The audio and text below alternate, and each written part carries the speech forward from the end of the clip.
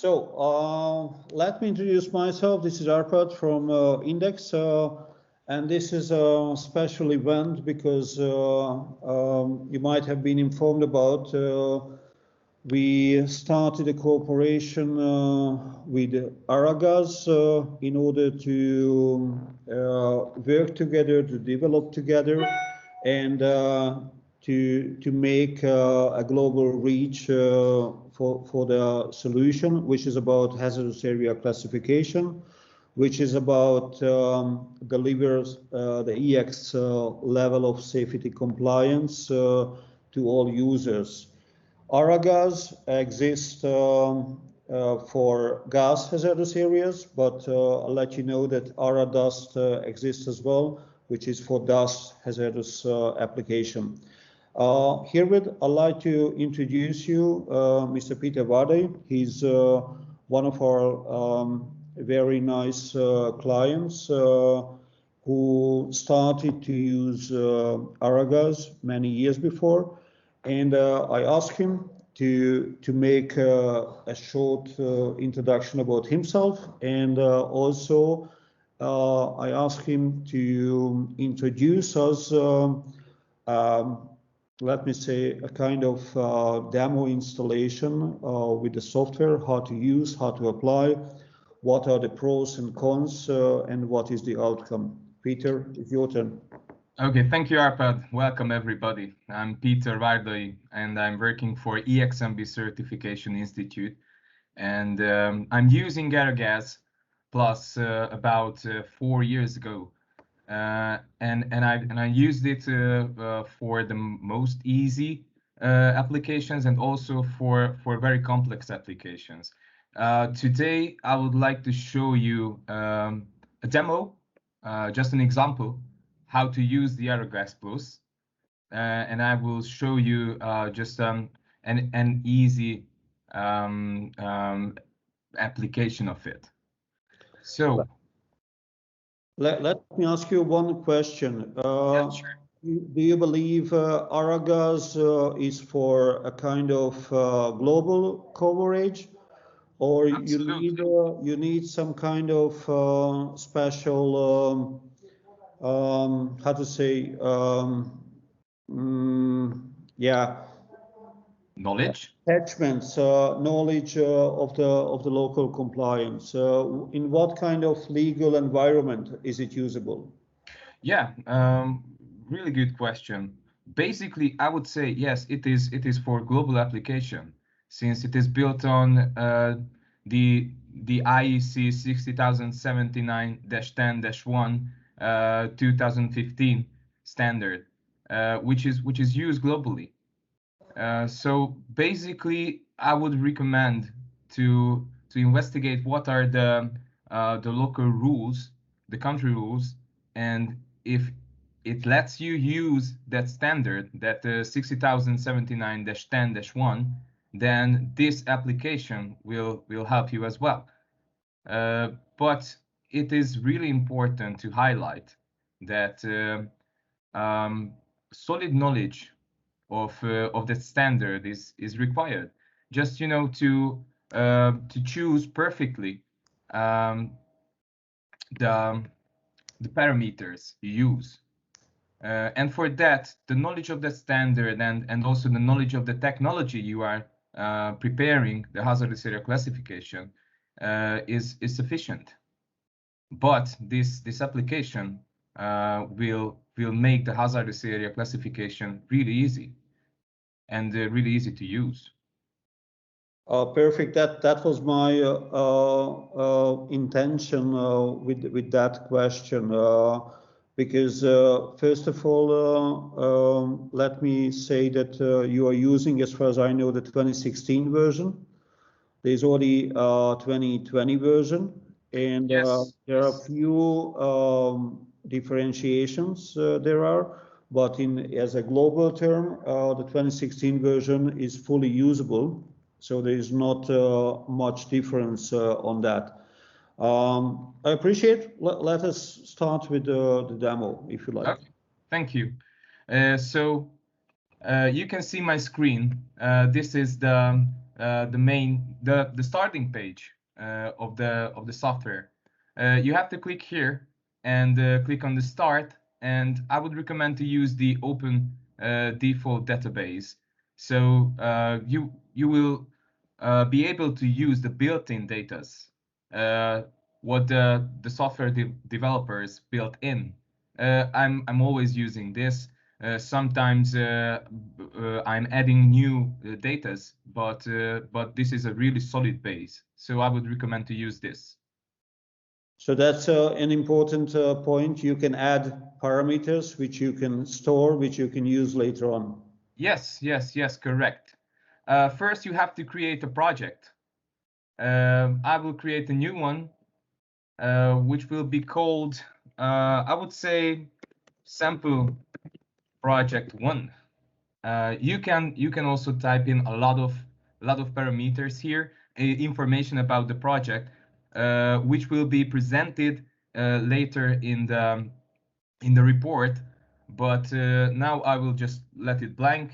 But there are a lot of things you can write in, and which will be presented, as I told you, in the report.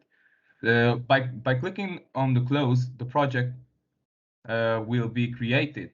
So you have to click on the project, and you have to adjust or just give the parameters of the environment. You can give a name. I will call it a sample. Yeah, just a sample environment. The basic language is English of the software, and what is important currently, we have done the Turkish translation, and even we are working on the Hungarian translation. Nice. If you install the software, you can install it with one language, but if you like to change to a different language, you need to reinstall again. Okay, so that's the current scenario. Okay, environment. Yeah, great. So about the environment, now I chose an open type environment. You can choose it here. I will use open, so the ventilation will be natural as well. Ambient pressure will be just normal environmental ambient pressure, and the ambient temperature will be 40 degrees Celsius. I will use this one because we have to calculate with the worst case scenario. Okay, so you have to measure, or you have to parameter the ventilation velocity, and this tool will help you. This is from the standard 60079-10-1. There are the parameters you have to adjust. In this case, it is an unobstructed area. Sorry, the sources of release will be on the ground level, and the estimation of the dilution of lighter than air gas vapor release. I will choose this one because I will calculate with methane, which is lighter than air. So by clicking on close, you will get the ventilation velocity, which is 0.5 meter per second. Ventilation availability, you can choose it also here. This will be fair. Okay. Because and now open environment. Yes, it is. Yes, it is. So basically, you have to choose fair. Yes. So you have to be aware of the parameters of the ambient, and then accordingly you can choose it. Yes. Yes. And also you have to know what is written in the standard, as I told you, to choose it wisely, to choose it on a proper way. Yeah, let me say, my experience says that the software is very easy to use on site as well. So if you are on a site survey, on a site audit, or just like a greenfield project, it's very easy to make it as a subject of the discussion and have an immediate outcome while doing the, let me say, the site assessment. Yes, correct. Because if you know the parameters and you know how to use it, you can make a hazardous area classification just in 5 minutes. So it is for the reporting, it's easy to add pictures. Yes, it is. You can select here pictures. Here is the folder. You can choose whatever you like, and it will be presented also in the report. So it is also a great tool. It will make so the report will look professional, much more professional. Absolutely, and which is also good. The software itself runs on a tablet as well, so it's easy to carry on and to have it in an EX environment. If you have an EX tablet, I mean. Yes, correct. So not only in office environment. Yes. Okay, so we have our environment. Perfect. So by just clicking on close and again close, you will have here your sample environment. Absolutely. The next step, you have to choose the substances, so the hazardous materials involved in the technology. By clicking on it, another window. Can you have multiple ones, or better to go ahead to proceed with only one? With only one. This is also really important to choose the proper material, which is, for example, the most hazardous. So you are moving towards overall security, and you can reduce the risks. So I will recommend this. Okay. But here in our sample project, it is really easy because this is a natural gas pipeline. So you just have to choose methane, which is built in. Once again, you have to click on the new here left below, and you can choose by CAS number. Huge variety of that. And also you can choose by the name of the substance. Okay. I will use this one. So I would like to choose methane. So you just have to go there. Maybe it will be on the name of natural gas. Yes, sorry, it will be on natural gas. Here it is. And the software will give you all the parameters. So you don't have to look up in the relevant standards. You don't have to look for databases on the internet because everything is built in, and these data or this data is reliable. Basically, as far as I know, these data are from the relevant 80,079-20-1. So it is perfectly secure to use these data. I can admit because I've been part of the development team and we used -20, sorry. -20, yeah. Okay, great. I also checked just to reduce the risk, and all data complied with the standard. So in my opinion, perfect. So if you would like to adjust the parameters, you can write in, but it's easier just to use the ones that built in. Okay, so you have the substance. Now the next step is to give a source of release. Let's see how we can do it. Just a minute. Here it is.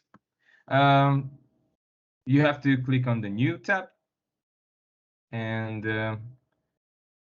you can also name the source of release. It will be a sample source of release.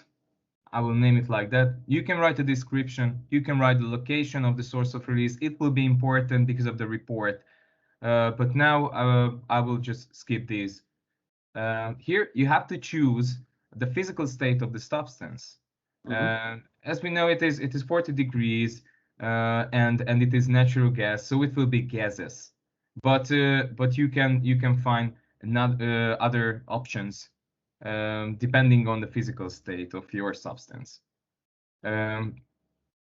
Here, this value is coming from the tab before, from the environment, so I don't have to write it in because it is coming from the previous tab.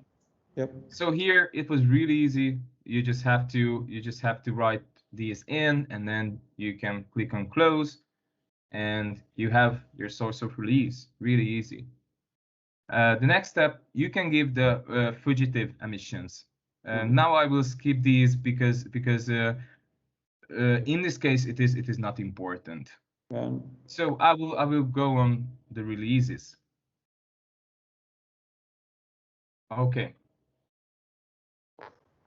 Now you have your source of release here. If you gave can we say that this is the most important part of the software, because this is let me say the hazardous area classification. Yes, the most important here. You have to write in the parameters of the source of release. So you can do it by creating a new emission. And here is where you have to be really aware how you choose your parameters. First of all, you have to choose what kind of grade of release is it. This is just you mentioned a pipeline. Yes, it is a pipeline. So I will choose the secondary. Yep. Yes. Here, if you know the rate of release, you can write it in. But if you don't know it, the software will help you, and you can just write in the parameters, and the software will calculate. If you select not known, it doesn't mean like a median value. When it is not known, well, most of the cases you don't know. That's why you have to calculate it. But sometimes you know it. For example, pressure relief valves. You know it because the manufacturer of that equipment gives you this information. So you don't have to write in the parameters. It is much easier to just write in the parameters that the manufacturer gave you. It depends on your knowledge, how detailed that are. Yes, correct. Now you have to type in the relative pressure inside the pipeline. Now I know it is 30 bars, and the software creates and calculates the absolute pressure because you have to calculate with it. Then you have to give all the other parameters. For example, discharge coefficient. I will use this value, this 100% correct. All these values are coming from the standard. Not just from the standard, but you have to know the technology. You have to know the environment. For example, here the discharge coefficient can be, for example, 0.5. But in this case, it won't fit because it will be an insufficient value. So I have to use this value because I know the source of release. For example, when you are calculating with a pressure relief valve, where the source of release is circular. Then you can choose a value near to 1. But in this case, this is a secondary source of release. You have to choose a smaller CD number because of the dimensions of the source of release. But it is written in the standard. You just have to apply the standard, and you will know everything, how to choose these parameters. Okay. You also have to know the temperatures. And here it is the K factor, the safety factor. The standard will also help you to choose it wisely, but the software recommends to use 0.5. Let me say this is the major difference to the 2020 edition. It is. 20 edition has been the K factor has been removed, and yes. It's set in the 2020 edition as 1. Okay? Yes, it's set as 1. So in this case, I will use 1 because I can use 1 as well. Oh, absolutely, yeah. Yes, whole cross section. Here the software helps you how to choose the whole area. It is coming from the standard, but it helps you really much because you can choose it from here, and you don't have to open the standard and search for that section. So in our case, it is a fixed part, as we know. It is a flange connection, and I will choose this one because I know that I know exactly how the source of release looks like. So Okay. I have to choose this one. Okay, so we know the whole cross section. You know the main air velocity from before. Also the other parameters, they are coming from the standard. You have to choose it in the proper way. And basically that's all. You have to just click on the close. Sometimes you have to click on the calcola button. I do it, but it is not not important. So just click on the close, again on close, and you have your results. These are your results, and by clicking on the question mark, you will see these diagrams coming from the standard, and everything is drawn on. So you don't have to just sit down, grab a paper, draw it down, and so on. Much easier to use this. Now what we see is the safety distance. Now we can see that what is the degree of dilution. Is it? Yes, from the calculation, it shows that it is dilution high. And from this I will know that there will be no zone because we are in this region. If safe zone. Yes, but I will if you look at the type of zone, this says zone 2 negligible. Yes, negligible. Yes, but I will just adjust on the pressure. So we have zone 2. Yeah, absolutely. So that's so easy to modify and to come to a definite result. Yes. Yes, you are correct. Now we are in the dilution medium. Okay. You can see it is also coming from the standard. You can see this is zone 2. The software helps you, and also you can see the distance of the hazardous zone. It is coming from this diagram. However, we have 1 meter, and it starts from 1 meter, so we can see the points on the diagram, and that's it. That's it. And what is also very important, it immediately defines the EPL at Yes. protection level. Correct. Coming from the zone 2 definition, and on the other side also from the 281, which is methane. Yes. So yeah, you will see that it is 281. Absolutely. Yes. Also, just another thing, you can choose the geometry of the hazardous area. That's a very important point, because many people simply believe that hazardous area classification is a 3D model and not a 2D model.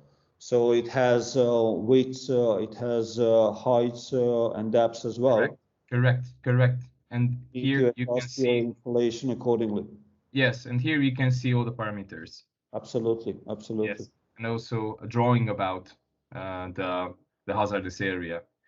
We can choose this one or maybe this one. Oh no, sorry, not that one, but yeah, This one, because we don't know the direction. Yep. And now you know what kind of zone it is. You know the EPL, you know the distance, and you know the geometry of it. So I think you are done. It was that easy, and you can just print your report, Which is immediately uses the built-in Microsoft Windows Yes. Word program, so you don't need any additional resource. No. And what is also important, you can edit the outcome. You can modify, add your logo, whatever. Yes. Okay. And it's ready to share. It is ready to share. Yes, yes, yes. And you can easily create a PDF of it. Yeah, from it. Yes. Peter, I really appreciate your time, and I do believe that was a very important summary what Aragas can do for you guys, and it's easy to use, easy to handle, and yeah, be open for questions. Peter, thanks again your time, and Thank you very much. really like the way you did the presentation. Thank you very much. See you next time. Yep. Thank you. Okay. Thank you. See you next time. Bye-bye.